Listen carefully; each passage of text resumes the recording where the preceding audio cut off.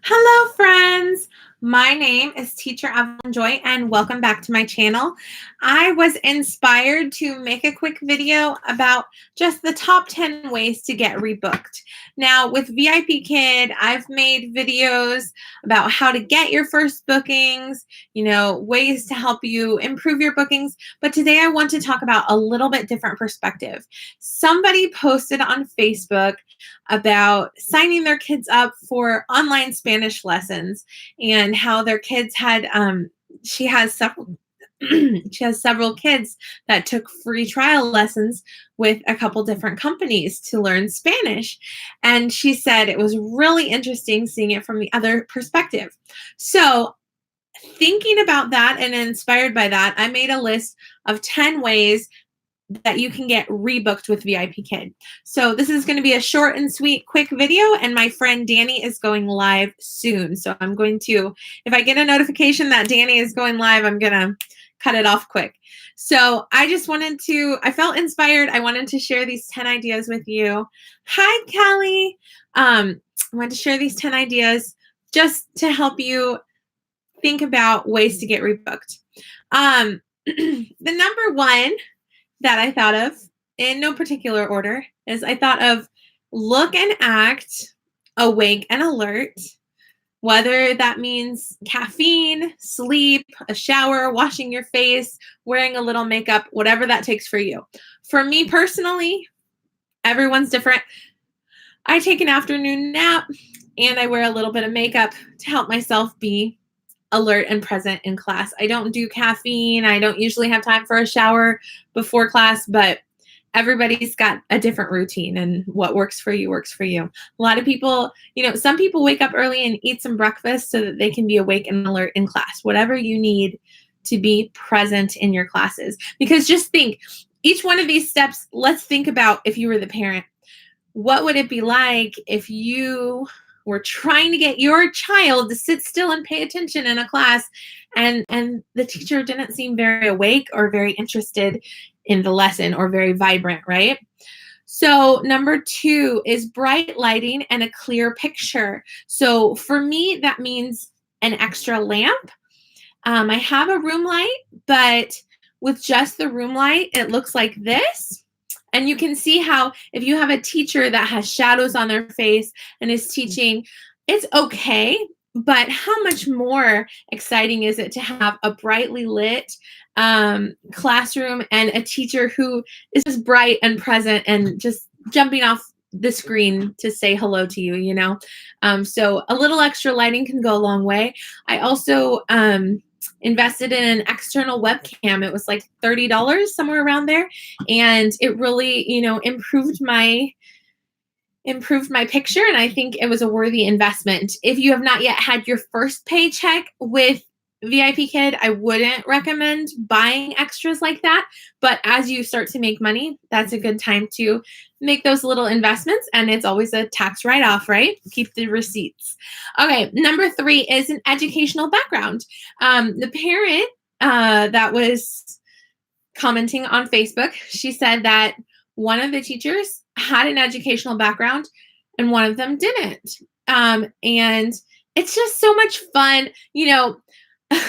I love that we can express ourselves. I have a Christmas tree up because it's November and the Christmas spirit already got to me. So I already have a Christmas tree up.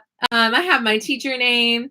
I like butterflies. I have an alphabet. I have an apple tree. I've got a map.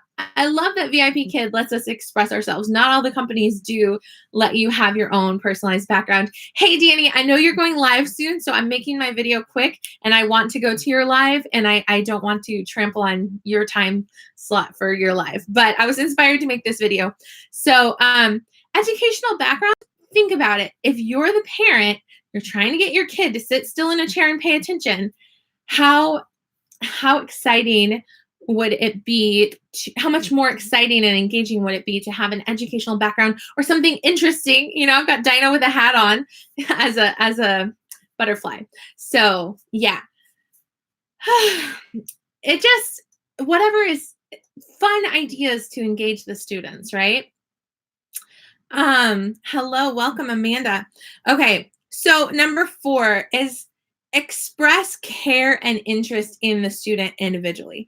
Think about it if you are the parent, right? And you're trying to get your student to sit still and be interested. What if that teacher on the other end expressed care and interest in your student individually? What if they ask, what's your favorite color? Where are you from? What's your favorite animal? I teach a lot of lower levels, so I can't ask very complicated questions, but I've started a routine of I usually ask them, what's your name? How old are you? What's your favorite color? What's your favorite animal? Where are you from? I ask them, depending on if they're running late or if it's a difficult lesson or what, depends on how many questions I ask, but I try to ask a little bit to just express interest. For example, a student told me today when I asked her birthday, because we were talking about months, I asked them their birthday when we're talking about months.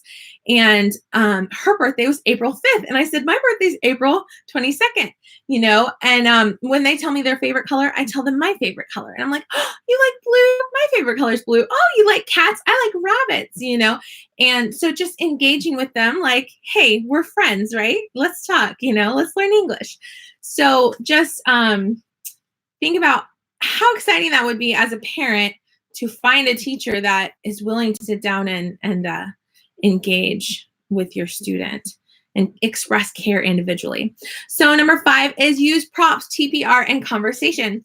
So me personally, I use a lot of props with levels 1 and 2, and I use more conversation with levels 3 through 6. So find what works for you. I use a lot of puppets with level 1 and trials and sometimes level 2 just to make it more interesting. So think about it. If you have a 4 or 5-year-old child you're trying to get to sit still in a chair, how cool would it be if that teacher pulls out a prop? I've seen some clips of people showing like their lingo bus lesson of the teacher showing a bowl of rice, showing a picture of rice when teaching the word rice. And think about it. When you're learning another language, if your child knows English but does not know Chinese and they're repeating a word, how much more engaging is it to see the bowl of rice and repeat the word rice in Chinese, in Spanish, whatever it is. And so I'm a visual person. That's why I'm a prop queen. But again, if you're brand new with VIPKid, don't break the bank. I made props when I was brand new with VIPKid. I crocheted this microphone, and I had a bag of toys I was going to donate to the thrift store, and they ended up becoming my props. So see what you have on hand that you can use to engage with your students, right? A lot of times with the older boys, if they tell me they like basketball, I have a basketball right nearby, and I'm like, you like basketball? This is also good for spin the ball. And a lot of times we laugh at me because I'm not good at spinning the ball. But yeah. Rosanna said Dollar Tree. Very good. And Dani said feedback. That's on my list. All right. So yeah, number 5 was props, TPR, and conversation. You're not going to need to use as much TPR with the upper levels, right? But you will want to use more conversation because the upper levels have so many big blocks of reading. And if you just sit there and have them read a paragraph, and then good job, next slide, read a paragraph, good job, next slide, read a paragraph. No. If they're reading about a wedding, I might show them one of my wedding pictures and be like, oh, this is my wedding. Or I might ask them about if they've been to a wedding or if they have seen pictures of their parents' wedding. Engage with them on what you're talking about. If it's sometimes the topics are really boring, but you can engage with them and make it more interesting by having a conversation with them. If it's talking about seeds, like the little helicopter seeds, I talk about how in America we play with those little helicopter seeds. And have you seen those in China? They have those in China? Very cool. And sometimes they'll tell me, on the weekends I visit my grandpa who lives on a farm and they have plants or whatever. And to take a note of that, mention it in the feedback to let them know that you care about their student individually and you remembered that they said that they visit the farm on the weekends sometimes, So number 7 is what Dani mentioned, personalized parent feedback. Now I know there's Feedback Panda. I know that it's so, I know that's a great tool a lot of teachers use. I personally don't use it because I'm cheap like that and I'm not technologically advanced. And so I just haven't gotten into that before yet or whatever. Every teacher is different with their style. But I love that that's a resource that a lot of teachers can use. But whether you copy and paste or come up with your own stuff, say something personalized. When the student tells me their favorite color, their favorite animal, I write it down. When they tell me their birthday, when they tell me that their grandma lives next door, I write that down and I mention it in the feedback. And I say, Bao Bao told me that his favorite color is blue and he likes cats.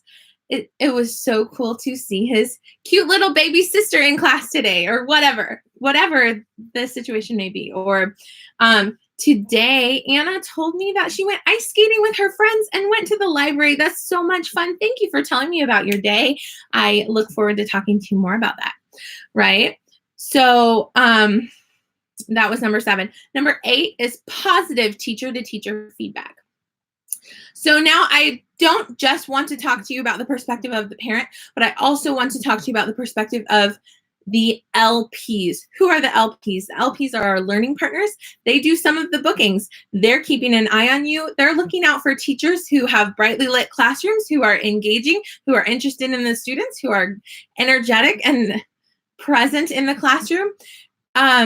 Who are good teachers, quality teachers, because some parents say, I don't care, I trust your judgment, book somebody good. So you want to leave positive teacher-to-teacher feedback because the LP and the parents sometimes can see that. And if you're saying, if you're complaining about your students and being rude and just saying, oh, shoot me, this student was terrible, or like, oh man, this was so hard to get through 25 minutes. Keep it to yourself. Think of something nice to say. Follow the rule. If you don't have anything nice to say, don't say anything at all. And this goes along with number 9. Treat every class like a job interview, because it is. If you want to get rebooked, think about it. When you go to a job interview, you dress nice. You comb your hair. You wear a little makeup if you're a girl, maybe. I'm not saying you have to wear makeup, but I'm saying look presentable. You put your best foot forward. You want to do your best because every single class is an opportunity to be rebooked. And so every single class, the LPs could be watching, right? To see, is this someone I want to book with someone who's looking for a good teacher? Is this someone I want to add to my list of favorite teachers to draw from? Is this, the parent may say, is this someone that I want to click on to follow them, to add them to my list of teachers that I'm going to rebook repeatedly? Is this someone I want to leave 5 apples for? Is this someone I want to recommend to a friend, right? So every single class is like an interview, which sounds, daunting, but if you think of it that way, it'll help you be more awake and more present in class, and it'll help you want to do a good job, right? And number 10, since I talked about being energetic and present and using TPR and using props and everything, number 10 is be genuine. Don't be fake. Be yourself. Not a copy of Nancy Taylor or Evelyn Joy or someone you see on the internet or the way you think VIPKID wants you to be. Be yourself. Because the thing is, poor lady, I'm going to use an example of someone. I did children's ministry in Bible college, and there was a lady who always used a very fake voice when working with kids and talking to adults. She used her same child voice when talking to adults, when talking to children. And if you watch some of my earliest videos on YouTube, I used that voice too. And I'm sure some of my first VIPKID classes I did too. And it's this fake, sugary, overly clowny, excited voice, but people can tell you're being fake. I got comments on my early videos that my voice was so annoying. And I've seen a few videos on YouTube that sometimes people fall into using that voice. So what I had to do was watch some of those videos back check myself and make sure I was being genuine. So don't use this sugary, high-pitched, I'm so excited to see you voice if that's not who you are. Don't just, like, I remember the lady in college, she was in charge of the children's ministry, and I would ask her a question. I would be like, how are you doing? Well, Evelyn, I've just been struggling this week. It's been a hard week for me. And I'm like, why are you using that voice? I'm not 4 years old. You know what I mean? So it's kind of that kindergarten teacher type voice. Be genuine, be yourself. I realized on YouTube that I could be myself when talking. So yeah. Oh, thanks for the thumbs up. Very good. So yeah, that's all I had to say. I'm going to go over the 10 again. So just an overview in case you missed the beginning of the video. Number 1 is look and act awake and alert, whether that means caffeine, washing your face, getting extra sleep, an extra nap in, going to bed early, wearing a little makeup, whatever looking awake and alert looks for your situation. Number 2 is bright lighting. Don't teach in a dimly lit classroom. Add an extra lamp to add an extra dimension and connection with your student. An extra lamp or an extra webcam can make a big difference in your image that you're getting across to your student. Number 3 is an educational background. You can stand out from the 90,000 teachers by having an interesting and engaging educational background that makes your student think, wow, this is an interesting teacher. Maybe I want to listen to what they have to say. Maybe I want to rebook them, right? Don't just have a plain background, because VIPKID is a company that encourages an educational background. All right. Number 4 is express care and interest in the student individually. So, ask them personal questions, make a note of it, mention it in feedback, right?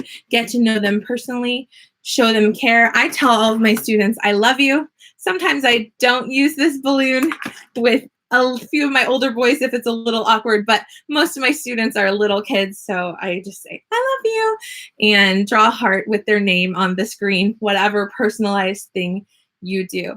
So show that interest and care personally. For younger levels, use lots of props and TPR. TPR is total physical response. So if I say happy, that's TPR. If I get them to copy it and say happy, that's total physical response when they do that action to show the vocabulary word with me. And with the older students, conversation, engaging them in conversation, not just read this, read that, read this, read that, read this, read that, good job, you get a star.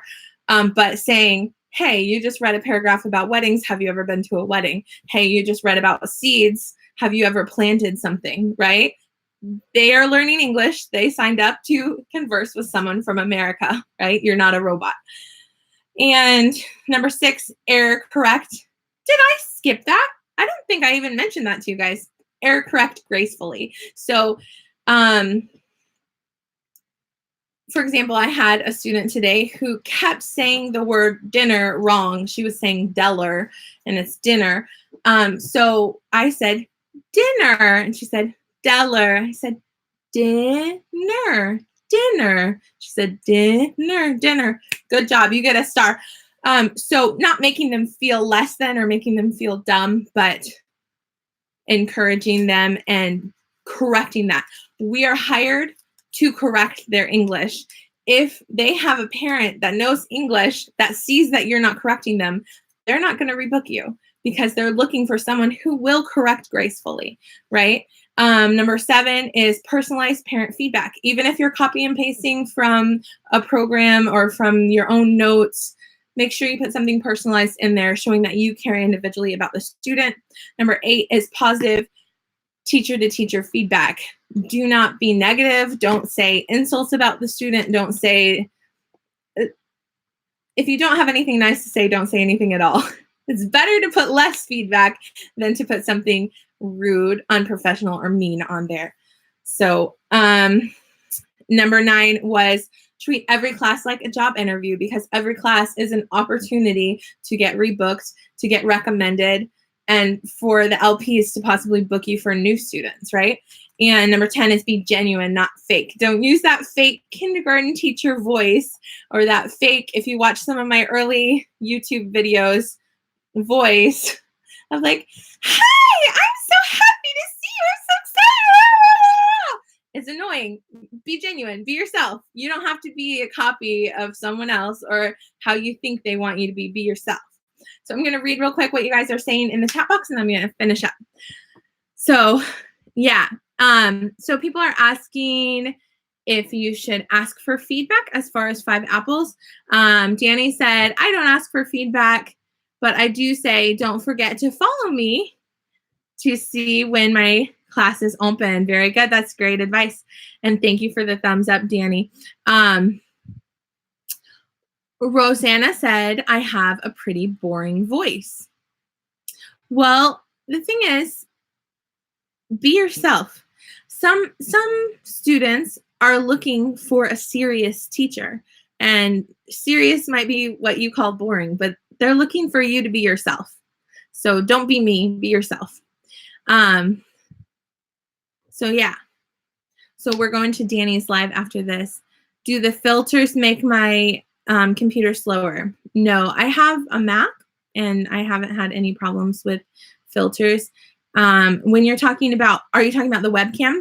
The webcam just connects automatically and works just as well as the internal webcam as far as speed. And yeah, no issues there. The AR stickers occasionally have malfunctioned, and you just stop using them if they're becoming a problem. So let me read what you're saying. Teacher Candy said, they don't make my PC slower at all. The kids love cartoon AR filters, especially Dino. Yes, lots of fun. I taught the dinner class today too. Very good, Beth. Yeah, so did I, said Teacher Kelly. Yeah, I taught that. It's a little bit frustrating sometimes when you have a student and you feel like it's a simple English word like dinner, like it's not even a long word, and they're saying it completely incorrectly, like Deller doesn't even sound like dinner. I sometimes write on my whiteboard. My student kept reading July as Julie, and I actually have a picture of my friend Julie. I'm like, this is my friend Julie, and I wrote Julie on the board. I'm like, this is Julie, you know Julie, but this is July, and I erased the IE and wrote a Y. Sometimes that little joke, that little moment of laughing together can help them remember, oh, not Julie, it's July, right? So yeah. Oh, Rosanna said I had problems with the beauty filter. Would you believe I still don't have the beauty filter? Maybe I need to update my PC app, but I haven't tried the beauty filter. So I just put a little bit of makeup on. What I do is since I have blonde eyebrows, I always draw on eyebrows and put on lipstick. That literally takes me like 40 seconds or a minute because I do it every day and it's fast. And then between my other classes, I start putting on like eyeliner and eyeshadow and like some mascara, and that's all I do. So anyway, I hope you have a lovely day. Please check out my friend Dani, and she's going to have a live soon. All right, take care. Bye. Have a good day.